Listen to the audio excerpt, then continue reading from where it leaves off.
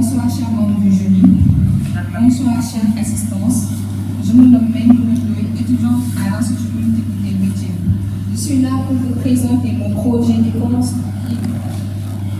qui porte sur le sujet de conception d'un système de reconnaissance faciale pour lutter contre la cybercriminalité.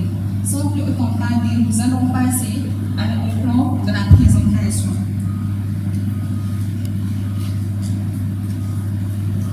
Nous allons faire une introduction à l'intelligence artificielle et ses applications. Deuxièmement, on va parler de la reconnaissance faciale. On va parler du principe et du fonctionnement de notre système. On va présenter les différents algorithmes utilisés en IA, ainsi que l'algorithme qu'on a utilisé pour notre système. Cinquièmement, on va parler des outils utilisés pour l'implémentation, pour finir avec la conclusion et les perspectives. Introduction à l'intelligence artificielle. L'intelligence artificielle fait partie intégrale de notre vie. Et c'est un domaine en constante évolution, et ça le concerne nous tous. Il est en train de révolutionner le monde, et ça dans plusieurs secteurs, que ce soit dans le monde du transport, avec les voitures autonomes, dans le domaine de la finance, comme l'a si bien expliqué Mademoiselle Gassana, avec les fraudes, la réduction des fraudes bancaires. Mais aussi, aujourd'hui, on va découvrir comment, grâce à l'intelligence artificielle, on peut renforcer la sécurité publique. Grâce à la reconnaissance faciale. La reconnaissance faciale, c'est une méthode de quantification biométrique. Et la biométrie, ça consiste à identifier un individu en se basant sur des caractéristiques biologiques.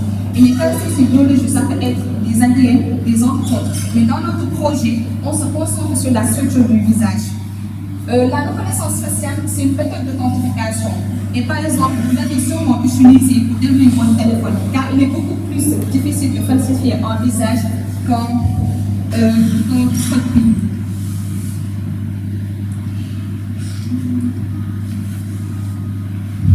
La problématique et les objectifs du sujet.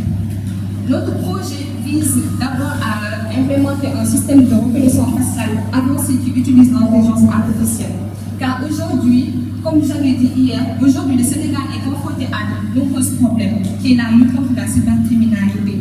Actuellement, la police pour lutter contre la cybercriminalité utilise plusieurs méthodes. Permettez-moi de vous en citer quelques-uns.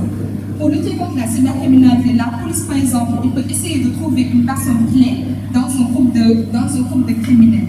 Et cette personne du maillot va essayer, la police va le contraire, soit par des méthodes d'interrogation ou en utilisant des récompenses, soit la réduction de peine, pour qu'ils puissent donner tout le maillot de la chaîne. Ça, c'est une des méthodes que la police utilise. L'autre méthode, c'est la méthode de la triangulation. Cette méthode, on essaie de délimiter la zone de recherche. Et il y a des algorithmes très poussés qu'on utilise comme l'algorithme de triangulation qui permet, si par exemple on a trouvé l'heure et l'emplacement du criminel, grâce à ces algorithmes-là, la police peut ainsi délimiter sa zone de recherche. L'autre méthode qui est un peu plus avancée et qui fait actuellement actualité ici au Sénégal, c'est les caméras de surveillance. On voit que les caméras de surveillance permettent de capturer les images. S'il y a un suspect, la police va prendre cette image-là, et avec la base de données que la police détient. Car vous êtes sans savoir qu'aujourd'hui, avec les cartes d'identité, la police détient une partie des images de la population. Et ce qui nous rend facile dans notre projet. L'approche qu'on veut mettre, c'est une approche qui n'existe pas encore et qu'on veut imposer pour que la police utilise pour renforcer ces méthodes qu'ils utilisent dans la cybercriminalité. Le principe, il est très simple et il y a l'expérience qui le montre. Aujourd'hui, il est très rare de voir une personne rester plusieurs jours sans fréquenter des lieux publics comme les hôpitaux, soit les grandes surfaces ou même les rues. Ainsi, la probabilité qu'une personne recherche et fréquente ces lieux-là est très élevée. Et ce qui rend très stratégique l'emplacement des caméras là, dans ces endroits. Si la police, concernant le fonctionnement, notre système, une fois qu'il est déployé dans ces lieux publics-là, Une fois qu'il est déployé dans ces lieux publics-là, il va capturer l'image de l'ensemble des personnes qui passent par le flux de caméra. Et si la police cherche un individu, il insère son image dans le système. Et grâce à, quand il y a une correspondance avec un certain degré de probabilité, une alerte est générée.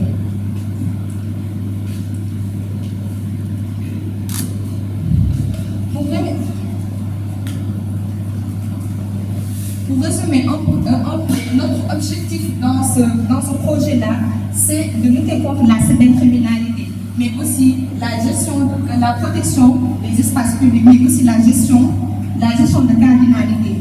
Car avec notre projet, on ne vise pas seulement à lutter contre la cybercriminalité.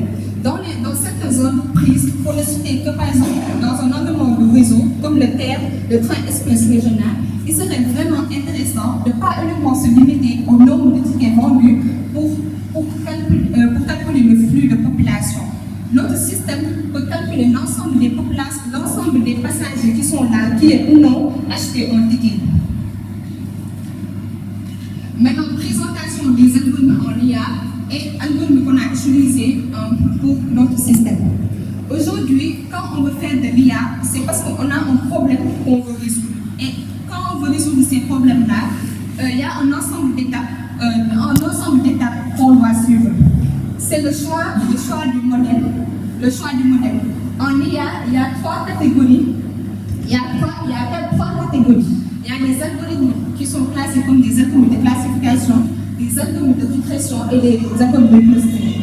Pour notre projet, on a utilisé des algorithmes de classification, particulièrement l'arbre de décision.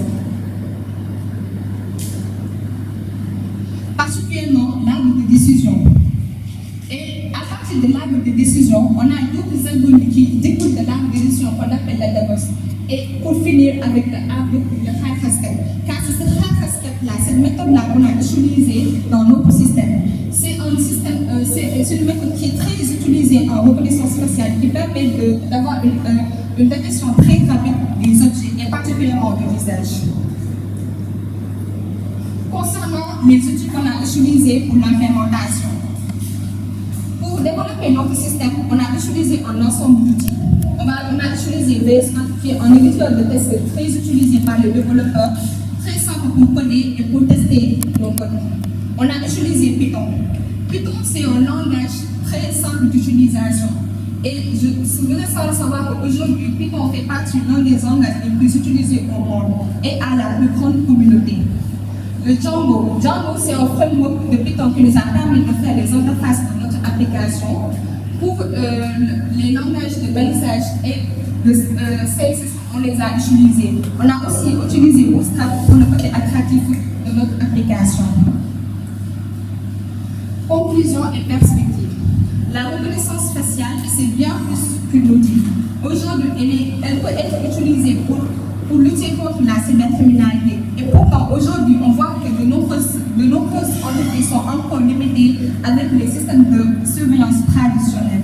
Avec le système qu'on veut utiliser, on veut insérer une touche à l'édifice qui est l'intelligence artificielle pour améliorer et lutter la cybercriminalité ici au Sénégal. Merci de votre aimable attention.